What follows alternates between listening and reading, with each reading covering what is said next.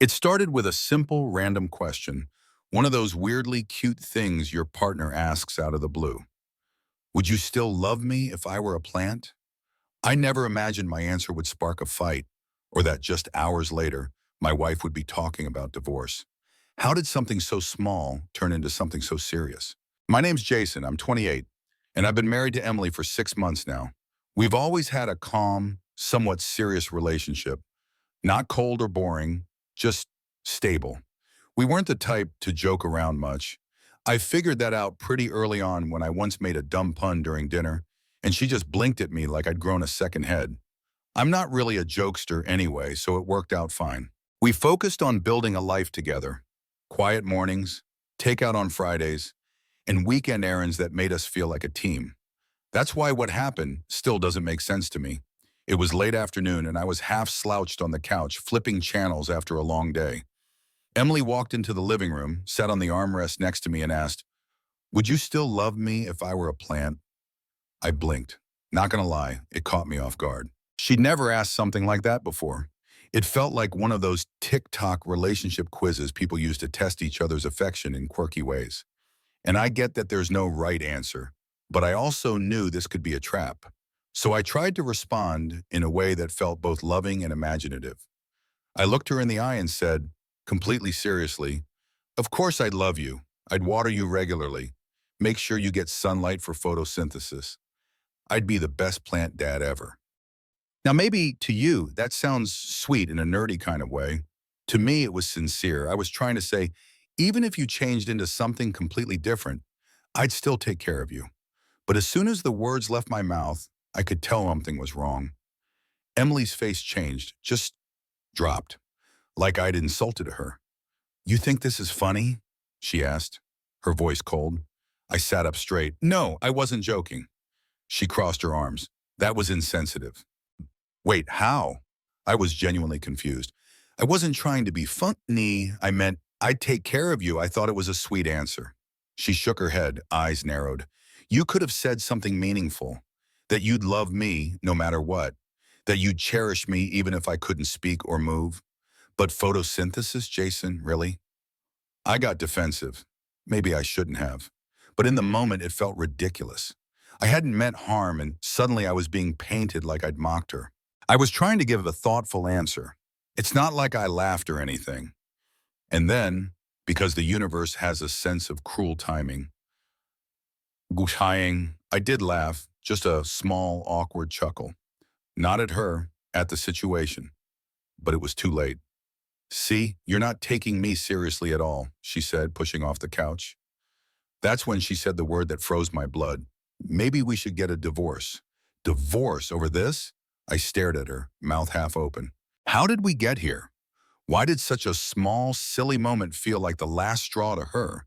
Had I missed something bigger? She stormed out of the room.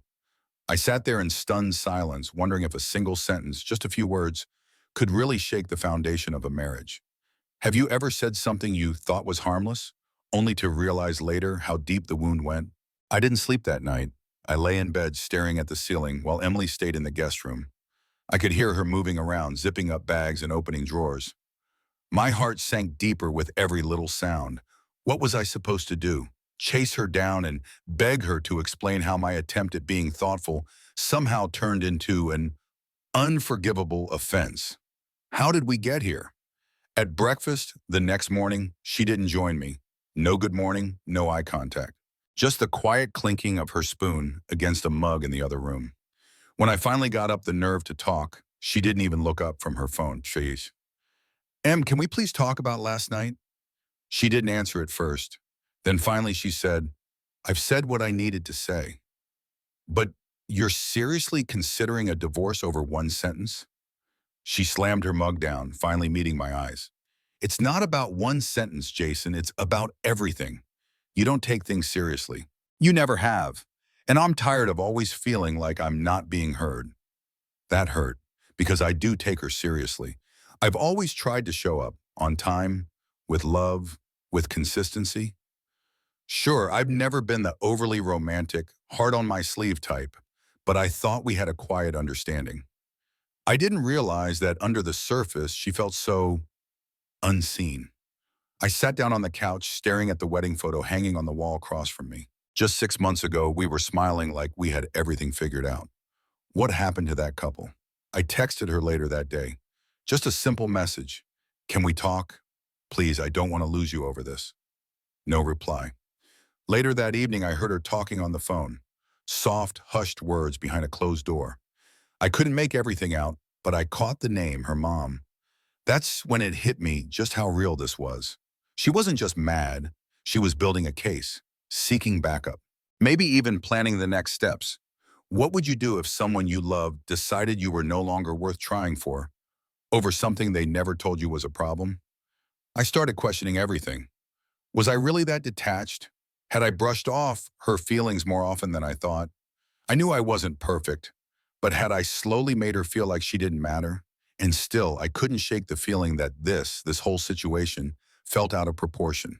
We'd had disagreements before, sure, but this felt like something more than just a plant comment. It felt like a final verdict on years of unspoken frustration. How long had she been holding it in? And why hadn't I seen it sooner? The house, once filled with shared routines and familiar silence, now felt like a minefield. Every room echoed with what wasn't said. Every glance between us carried weight, like we were both waiting for someone to either apologize or walk away. I wanted to fix it, I just didn't know how. I didn't know if an apology would even mean anything now. I didn't know what she wanted to hear, or if she'd already emotionally checked out. And most of all, I didn't know how to stop a marriage from slipping away over something that felt so small but clearly wasn't. The hardest part wasn't the silence. It was the way Emily looked through me, like I was no longer part of her picture. Like I was already becoming someone she used to know. That realization hit harder than any fight we'd ever had. For the next few days, we moved like strangers sharing the same address. We'd pass each other in the kitchen or the hallway, each of us pretending to be busy, avoiding eye contact like it would trigger another explosion. I tried to find the right time to talk, but every moment felt like the wrong one. And the more I waited, the wider the distance between us seemed to grow. Was I too late already? I started going through our old texts, the first messages we ever exchanged, the little voice notes, the memes I'd hesitated to send because I didn't know if she'd find them funny. And I realized something I hadn't seen clearly before. Emily had changed. Or maybe I had. Maybe we both had. I remember when we first met, she was thoughtful, quiet but observant, the kind of person who noticed the details no one else did. She'd ask deep, almost poetic questions sometimes, like, what does love look like when it's tired? Or do you think soulmates know when they meet? Or does it sneak up on them? Back then, I found it charming. Now I wondered if I'd grown too dull to notice when those questions became pleas for connection. Could this all really be about one moment? Or had I failed to recognize the signs that something was slowly breaking? One night I stayed up late in the kitchen, hoping she'd come out for a glass of water or a snack like she usually did. When she finally appeared, I stood up and gently asked, Emily, please, can we talk? Just 5 minutes. I need to say something, even if you don't want to respond.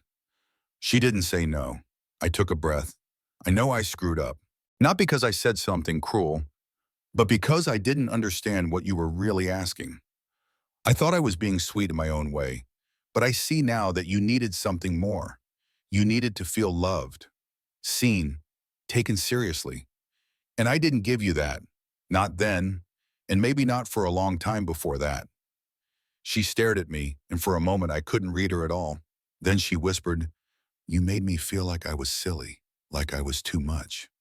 That stung. I never meant to do that, I said, but I get it, I really do. She sat down across from me.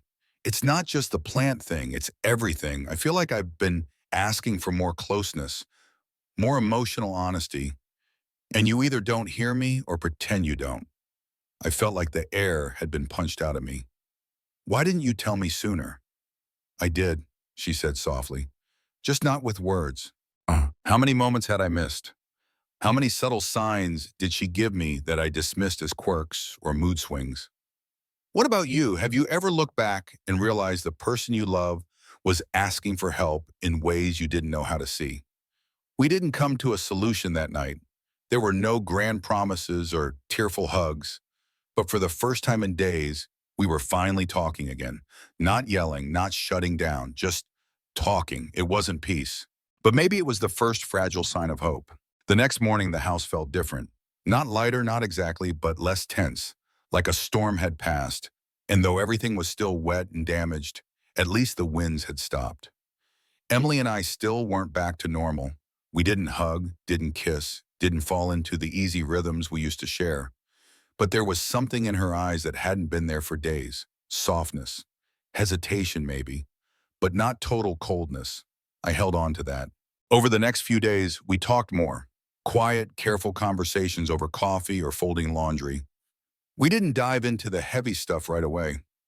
Instead, instead we started small.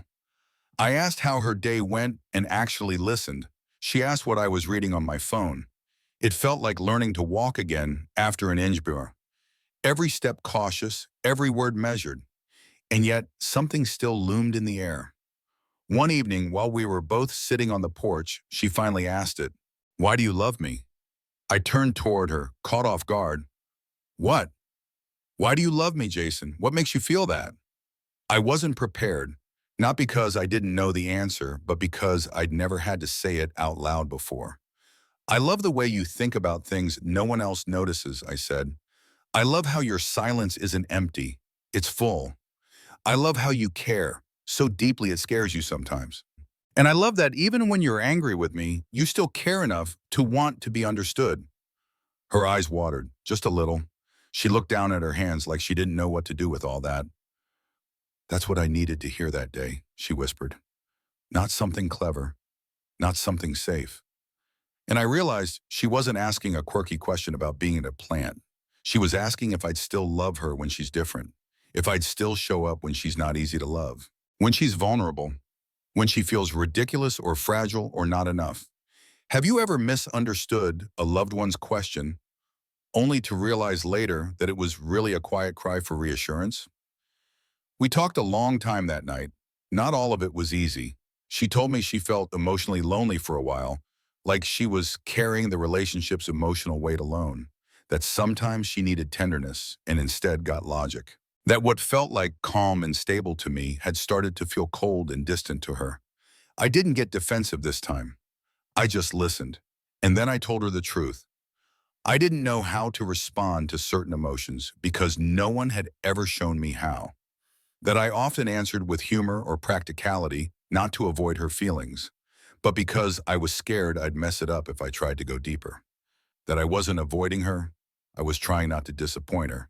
We both sat with that. Sometimes love isn't loud or grand. Sometimes it's quiet, imperfect, messy conversations that slowly stitch you back together. Are we healed now? No. Are we okay? Not fully, but we're working on it together. And maybe that's what love really looks like. Not flawless communication or always knowing the right thing to say, but choosing each other even after the cracks start to show. We didn't sign divorce papers. Not because everything magically fixed itself, but because we finally understood what had been broken. And more importantly, why. Emily and I decided to go to couples therapy. I was nervous at first, honestly. The idea of sitting across from a stranger and airing out the parts of me I didn't even fully understand was terrifying. But she showed up with me, and for the first time in our marriage, we were finally learning how to speak the same emotional language. It turned out our conflict had never really been about a single conversation, or even the infamous plant question. That was just the match. The fire had been smoldering for a while beneath the surface, unspoken needs, missed signals, and the quiet sadness of two people slowly drifting while thinking they were holding on. And yeah, some days are still hard. There are moments when I slip back into being too matter-of-fact, too quick to brush things off. And there are times when Emily still puts up walls because she's afraid I won't hear her, or worse, won't try. But now we're calling those moments out, not hiding from them. She told me recently, "It's not that I wanted you to be someone else. I just wanted to know you saw all of me, even the parts I kept hidden." That stayed with me because I realized I hadn't been seeing her completely, not because I didn't care, but because I didn't know how to look deeper. And now I'm learning. We started finding small ways to reconnect. Weekly walks without our phones, little handwritten notes. Sometimes we still ask silly questions, but now we really listen to the answers. It's in those quiet moments where healing lives. You know, when I think back to that original question, would you still love me if I were a plant? I understand now that she wasn't testing me. She was inviting me to love her even when she feels small, unrooted, or not like herself. She was asking, will you still choose me when I'm not blooming? And I'm grateful she asked it, even if I got the answer wrong the first time. So what does love really look like? Maybe it's less about saying the perfect thing and more about showing up when it's hard. Maybe it's in the second chances we give, the small moments of honesty, and the courage to admit when we got it wrong. And maybe, just maybe, it's in learning how to love someone not just for who they are on the surface, but for who they become, who they fear becoming, and who they are when they're unsure if they're still lovable at all. To anyone listening who's ever fumbled in love, who's ever said the wrong thing when they were trying to say something right, I see you. I've been you. And you're not alone. Sometimes the most important thing we can do is keep choosing each other, even when we've messed up, even when it hurts, especially then, because real love isn't perfect, but it is patient. It listens. It grows. And with a little sunlight and care, even the hardest moments can bloom into something beautiful. What would you do if someone you love deeply misunderstood your intentions and it almost cost you everything? Jason never meant to hurt Emily, but his words cut deeper than he realized. Has something like this ever happened to you? We'd love to hear your thoughts in the comments. Please like the video and subscribe to the channel to show Jason he's not alone and that others believe love is worth fighting for, even when it gets messy. Your support reminds him and people like him that imperfect love still has value and that growth is always possible with patience and heart.